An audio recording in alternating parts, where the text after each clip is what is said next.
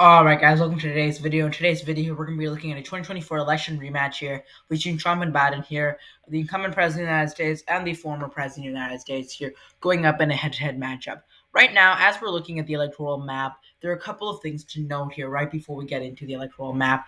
And first of all, that is who will win the Republican and Democratic nominations respectively. First of all, let's take a look at the Republican nomination. Donald Trump at this point is most likely to get the Republican nomination. He's polling right now at 55% based on Real Clear Politics. He's polling very high in many polls. You can look at many polls, he's polling very high. Compared to his nearest competitor, Ron DeSantis, he's polling at 14.5%. Even though the first Republican debates happened, I do not think that they will really affect the race that much. I think Ramaswamy got a little bump after the first Republican debate since he came out as being very much more stronger. But that being said, I do not think that that's going to make a big effect to the race. Donald Trump is still ahead. And as you can see, he's a plus 40.6% among his nearest competitor, Ron DeSantis, even in this eight-person race. So Donald Trump here definitely going to take the nomination. Now, that being said, he was very close. And this is an interesting political idea to think about, is that if you look back here at, for example, January, February 1st, around that time, Ron DeSantis should have declared that he was running for president back around this time if he really wanted a good start. Just thinking about this politically, he was just within 15 to 16 points of striking distance of Trump, although he decided to delay it, and then the gap just became bigger and bigger and bigger. So I really think that Ron DeSantis made a big mistake when he did that. He was way closer to Trump way before, and he just totally messed that up. And I do not think that he's really going to get any support from now on. I don't think his poll numbers are really going to change. He maximum is going to go to his 20%, but other than that, I do not think that he will be increasing. Next up here, the Democratic Party. Obviously, Joe Biden's going to win the Democratic nomination. He's polling at 65%. Now, some people are saying that the Democratic Party won't let Biden run. Some people are saying that Gavin Newsom is going to come in. Kamala Harris is going to come in. A lot of people are going to come in. I do not think that Gavin Newsom will run for president. Gavin Newsom running for president is highly unlikely. Gavin Newsom will probably run for president in 2028, although him running in 2024 is highly unlikely. That being said, he only has 65% support among Democrats, which is not very high. If you look at it historically, presidents who had only 60 to 65% support among their own party's nomination, such as for them thinking of Gerald Ford, George H.W. Bush, Jimmy Carter, those presidents went on to lose re-election. That being said, RFK is not polling very high. He's polling at 12.5%. Biden will probably not go into any debates. He's already pretty high. So I think that Joe Biden will definitely become the Democratic nominee. Okay, so moving on here, we have obviously his job approval rating here. Joe Biden's job approval rating here is extremely not very high. It's at 41.6%, not very high. That being said, a lot of presidents have had low approval ratings in the 40s. It's not uncommon for the presidents who had low approval ratings to jump back up and get reelection. I'm thinking all the way back to Bill Clinton. He did not have a very, very high approval rating in the 1994 Congress, the voting. They lost the Republicans basically at a sweep in the 1994 congressional race within each of the Senate and the House of Representatives. But that being said, his approval rating rebounded and he ended up winning more than 370 electoral votes. That being said, Joe Biden is no Bill Clinton, and his approval rating is basically, I think, locked up at this point. I don't think his approval rating is going to go up. Bill Clinton was a lot more charismatic than Joe Biden, and I do not think that that will happen. Moving on here, taking a look here at Trump. Trump's favorability rating is not very high either. He has a very low favorability rating, 38.4%. That's an extremely low favorability rating. That being said, Joe Biden doesn't have a good favorability rating. So Joe Biden's best matchup in 2024 will be Trump. If Trump becomes the nominee, Joe Biden would be very, very happy because it's basically going to be a lesser of two evils. A lesser of two evils will decide this election. So this is some things to know there, going back there into the background there, into each of the party's nominees, presumptive nominee, I'm going to say at this point. I don't think Ron DeSantis can win. He's polling at less than 15%. RFK will, there's no way RFK will win. So moving on here, let's just set up each of our nominees here and just put them into place right now. All right, so taking a look here, we're going to give several of the main states that are safe, likely, and lean here. So some of the safe states, obviously, for Joe Biden here are going to be, let's just pull these here. Obviously, we're going to give Washington to him. We're going to go ahead and give Oregon. We're going to give California as being, obviously, let me address that, safe state. Iowa is a safe state for Republicans. Montana, safe state for Republicans as well. We have Wyoming as a safe state. North Dakota, extremely safe state. Actually, one of the GOP contenders here in the 2024 Republican nominee, Doug Burgum, is actually from North Dakota. So it's an interesting fact there. Kansas, obviously, straight up Republican. Oklahoma, Republican. Louisiana, straight up Republican. Arkansas, we're moving on here to Missouri. Obviously, I'm not going to belabor the reasons why. I'm going to say that each of these candidates will win each of their respective states. Obviously, everybody knows these states are extremely Democrat or extremely Republican in their voting blocks. Next, coming up here, let me change that for a second there. All right. So next coming up here, we're gonna go ahead and give DC to the Democrats. Democrats will take DC. They'll take Maryland. There's no doubt about that. They're definitely gonna take Maryland by a pretty hefty margin. They're gonna take Delaware, Joe Biden's home state. Definitely gonna vote for him. Joe Biden lived in that state after he was vice president there, in between vice presidency and presidency. Rhode Island obviously will vote for Joe Biden, and obviously we will also put the state of Massachusetts in that selective area. Moving on here, we're going to give the state of Hawaii to Joe Biden. Joe Biden will win the state of Hawaii, no doubt about that. Extremely liberal. Although that being said, his response to the Maui situation might not be so great. So again, he might lose a little bit of support, but I don't think that'll really affect overall. Moving on here, Mississippi and Alabama will be voting Republican, straight up Republican. South Carolina, obviously Republican. You have Nikki Haley and Tim Scott there from those two states, both Republicans, and who raised their hand and said that they would support Donald Trump in the GOP debate. They said that there as well. So they will obviously be giving Donald Trump some support there. Illinois is obviously an extremely Democratic state there, a state which the Democrats can handily win. Kentucky State, which Republicans will win. West Virginia, Republicans will win the state of West Virginia as well. We're going to go ahead and give the state of Vermont to the Democrats. The Democrats will take the state of Vermont there. And we'll just separate some of the congressional districts in the state of Maine. Here for the state of Maine, we will give two congressional districts, obviously, in the state of Maine. Straight up Democrat, no way Republicans can take this. And one of the congressional state we will give as likely there within the state of Maine. Moving on here, the state of Nevada. Nevada will vote straight Republican for three of its congressional districts, guaranteed. One of its congressional districts, I believe, will go as being a lean Democratic state. I think it's going to be lean for the Democrats. I don't think they're going to be very likely to take that there. All right, moving on. We're going to go ahead and give the state of Indiana as being a likely Republican state. The reason why I'm saying likely is just because Donald Trump doesn't have some good words for Mike Pence all the time. Mike Pence was obviously a governor there. He was obviously was Congress in one of ran as was a congressman in one of the districts there in the state of Indiana. So I'm just going to put it as likely. I think they're going to take it at the end of the day. Moving on here, we're going to go ahead and give the state of Texas as being likely, not a crazy amount, but just likely. The reason why is because Trump only won that state by 5.6% in 2020. Obviously, people said that solidified it in 2020. It did solidify it, but at the same time, it went less from 2016 rather, and less from 2012. It's a hard thing to believe that in 2012, Mitt Romney won that state by plus 17 points compared to Barack Obama. So that's something to consider there.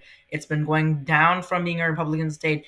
It's going to become a tilt state pretty soon, and then it's going to become battleground, battleground, battleground. And if Texas becomes a battleground state, that's going to be a big battleground state because there has been not a single battleground state which has been worth 40 electoral votes in a very long time.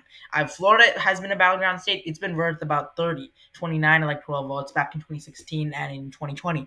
But Texas, 40 electoral votes can basically flip the entire election in just one state call. Moving on here, Alaska, I'm going to put it as likely Republican. I think the Republican Party will do well.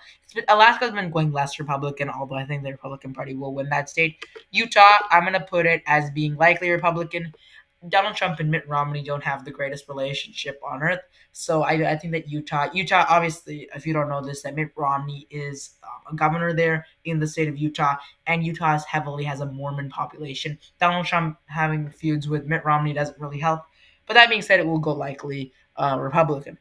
Moving on here, we're going to go ahead and give the state of New Hampshire. New Hampshire is a tricky state, you know. It voted for Hillary Clinton by only 0.6% in 2016, but then it voted straight up Biden in 2020, I believe by a 7-point margin. So we're just going to go ahead and give the state of New Hampshire there to Joe Biden, likely there for Joe Biden. Obviously, I'm not going to put safe there because it's a little bit Republican, but liberal on social issues such as abortion and gay rights. Moving on here, we're going to go ahead and give the state of Colorado. It's going to go to the Democratic Party. I'm going to put it as being safe for the Democrats. Now, let's not put it as safe. Let's put it as like likely there. Yeah, likely. The reason why is because Joe Biden won that state by a plus 14% margin. Generally speaking, if you win a state by 14 points, you're generally not going to lose that state the next time around. Joe Biden is going to win the state of Colorado. There's no doubt about that in my mind. Moving on here, let's go ahead and give the state of Minnesota. Minnesota is a tricky state. Minnesota votes straight Democrat for an extremely long time. Since even 1984, it voted for Walter Mondale over Ronald Reagan. 1990, not 1992, 1988, 1996, and continuing onward. Now, Hillary Clinton barely took the state of Minnesota in 2016, but then Joe Biden took that state again by a 7 to 8 point margin. So Joe Biden will win the state of Minnesota, no doubt about that in my mind there. And we're going to put that as being likely for the Democratic Party. Moving on here, the state of Florida. Before we do Florida, let's go ahead and give New Mexico as being safe for the Democrats. There's no way that Donald Trump can win the state of New Mexico. New Mexico, actually, the Electoral College is very unique because historically the electoral college changes on every 4 8 years. New Mexico used to be a state which was a battleground state. If you go back to the 2000 election, Al Gore only won the state of New Mexico by 366 votes, 366 individual votes. In fact, New Mexico was even closer than Florida in 2000 if you look at it by the number of votes compared, not considering the population percentage of the population, but just taking a look at it as the number of individual votes. New Mexico was closer than Florida in 2000, but then it's been voting Democrat since then. Um, a pretty good, solidly Democratic state there for the Democrats. No doubt in my mind that the Biden camp will win the state of New Mexico. Moving on here, let's go ahead and give the state of Ohio as being a likely Republican state. State of Iowa, we'll put it as being a lean Republican state, lean, and Ohio will put it as being likely. So basically, Ohio used to be a very swing state, not anymore. 2016 and 2020 proved that wrong when Donald Trump won that state by 8%, 8 points above his nearest competitor, Hillary Clinton and Joe Biden. Iowa, Donald Trump won both times around. I think it's going to go to him solidly. Obviously, and Iowa also has a heavy evangelical population as well, which means that it will vote extensively for the Republican Party.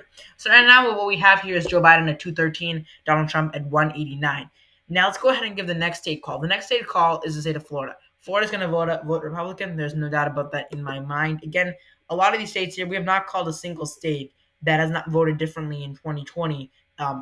We're predicting for now so far. Florida will vote Republican. I do think that it's going to vote Republican just because of the fact. I'll put it as lean just because of the fact that Ron DeSantis won it by a big margin. The reason why I'm putting it as being lean Republican and not likely Republican is the fact that because you have such a strong conservative movement in the state of Florida and such a strong Republican movement in the state of Florida, I'm pretty sure that a lot of people in the state of Florida might just not end up voting because they think that the state of Florida will vote Republican overall and their vote will not count. So you might have a less turnout effort by Republicans in the state of Florida, but I think that they're going to end up winning that state there, and I think they're going to end up winning that state solidly by probably a 5 to 6% margin. Moving on here, we're going to go ahead and get the state of Virginia. We're going to put this as likely Democrat there. So likely Democrat, we're just going to put that as that. The reason why is because Joe Biden won that state by 5%. I think 5 to 4% there. Hillary Clinton also won that by the same margin in 2016 by 5%. I think that it is a state which Republicans did win. Republicans did win that state in 2004 when it was Bush versus Bush versus John Kerry. Sorry about that. So Bush versus John Kerry. Obviously, it was a Republican state at that time, but it has switched to Democrat. It has switched to safe Democrat there. So sorry, not safe Democrat, likely Democrat.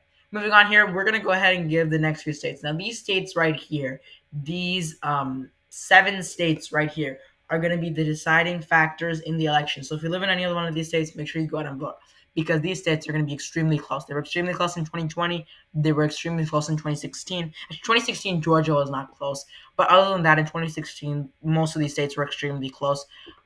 So these states, if you live in these states, make sure you go out and vote because these states are going to be extremely close.